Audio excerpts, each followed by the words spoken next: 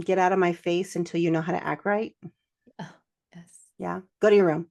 I don't even want to look at you right now. Go to your room. Mhm. And so many of us were casted off when we were feeling things that were not acceptable, whatever, because everybody has a different experience of that. What was unacceptable to your family or your caregivers. Yeah. And so many of us were casted off when we were scared, when we were sad, when we were frustrated, when we were feeling the feels. And so then we don't actually learn how to regulate, how Yeah. to even lean into what it is that we're experiencing. Hmm. And so we all have a temperament, and that comes into play into how we learn coping mechanisms. And so we don't, many adults, it's unfortunate, I'm going to say this, but many adults do not know how to regulate their nervous system. Yes. Yeah. They just do not know how to do that, and stay in a constant state of coping, Right.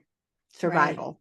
Yeah, that was me. And, I feel like I'm growing and getting better and better all the time with being able to not have to just cope, right? Mhm. And like actually feel my emotions. But the body keeps a score, Yes, it does. and the body will hold on to the emotion that you don't process. Mhm. Something came up for me as you were talking, and it fleeted. It went away. But I can really resonate with when you were growing up, right? It was just like go away and get out of here with that face. And it Yep. was very shaming also. It was like you weren't allowed to feel, and you definitely weren't allowed to feel frustrated or mad at a choice, right? Like if a parent made a choice, you weren't allowed to be upset about it. How this type of structure affected my life outside of my nervous system and including my nervous system was I grew up to be a woman who didn't know what I wanted Mm. because it wasn't safe to know what I wanted because I wasn't going to get what I wanted. And if I didn't get what I wanted, it wasn't safe to express an emotion about it.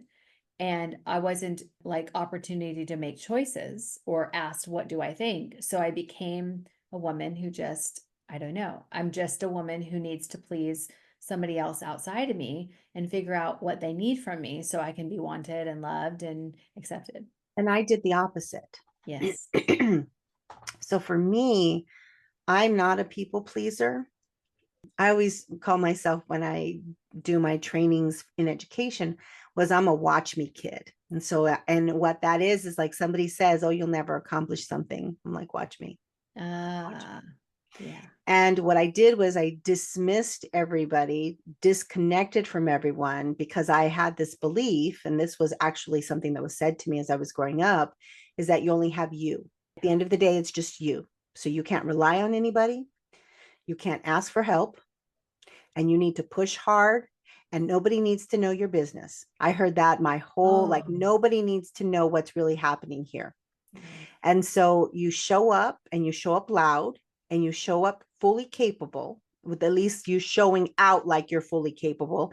And Yeah. whatever it is you're feeling inside, you stuff it, you shut it, and nobody needs to know. Oh boy. Yeah. And that, I mean, that fire is why I got a doctorate in my 30s. That fire was why I accomplished a lot of things. I Yeah. mean, that it played its role in my life.